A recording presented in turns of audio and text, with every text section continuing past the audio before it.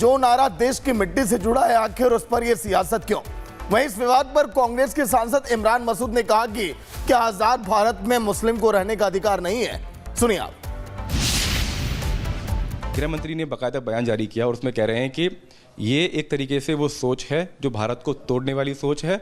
आज़ाद भारत में कानून बना है, लेकिन CWC कांग्रेस की उस कानून को नहीं मानती। वो 1937 के उसको मानती है जहां पर ये कहा गया था कि 2 ही छंद गाए जाएंगे। 1937 का जो रेजोल्यूशन है वो ये भी बता दीजिए क्यों आया था।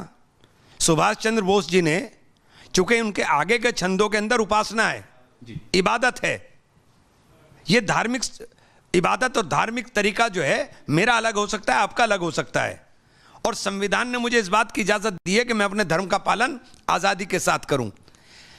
गुरु रविंद्रनाथ टैगोर ने प्रकृति के लिए, देश के लिए, मातृभूमि के लिए उसकी तारीफ को निकाल करके और कहा था कि ये छंद उसके अंदर पड़े जाएंगे। और वही विरासत जो गुरु रविंद्रनाथ टैगोर की है, जो सुभाष चंद्र बोस की है, जिसमें सरदार पटेल हैं, जिसमें महात्मा गांधी है, उसको लेकर के हम आगे चल रहे हैं।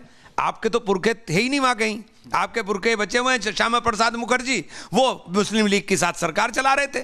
आपके पास जवाब नहीं होगा, क्योंकि मुस्लिम लीग के साथ मिलकर के आप खेल खेल रहे थे। आप आज बेवकूफ बना रहे हो। हमने तो लड़ाई लड़ करके जंगे आजादी हासिल की, आपका तो कोई लेना देना नहीं था। आजाद भारत के अंदर आपका क्या लेना देना था? आपने तो बापू की हत्या करा दी थी। आपकी विचारधारा के लोग तो बापू की हत्या करा रहे थे। लेकिन सर यहाँ पर 2 बातें ये होती हैं कि 1937 तब तो भारत आज़ाद नहीं था। आज़ाद भारत में अब संसद है जहाँ से कानून बनते हैं। आज़ाद भारत के अंदर क्या मुसलमान को रहने का इख्तियार नहीं है? क्या मुझे इबादत करने की से मनाही होगी?